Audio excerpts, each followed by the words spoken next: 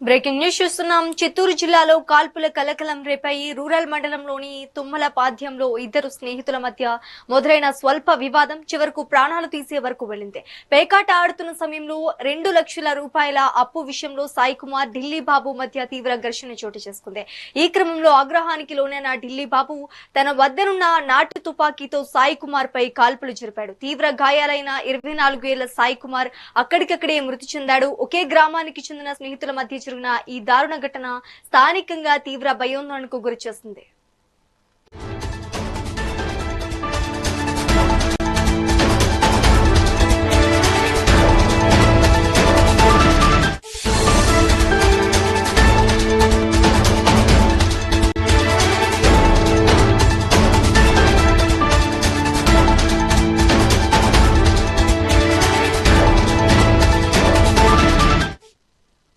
చిత్తూరు జిల్లాలో కాల్పుల కలకలం రేపాయి. రూరల్ మండలంలోని తుమ్మిందపాల్యంలో ఇద్దరు స్నేహితుల మధ్య మొదలైన స్వల్ప వివాదం చివరకు ప్రాణాలు తీసే వరకు వెళ్లింది. పేకాట ఆడుతున్న సమయంలో 2 లక్షల రూపాయల అప్పు విషయంలో సాయి కుమార్, ఢిల్లీ బాబు మధ్య తీవ్ర ఘర్షణ చోటు చేసుకుంది.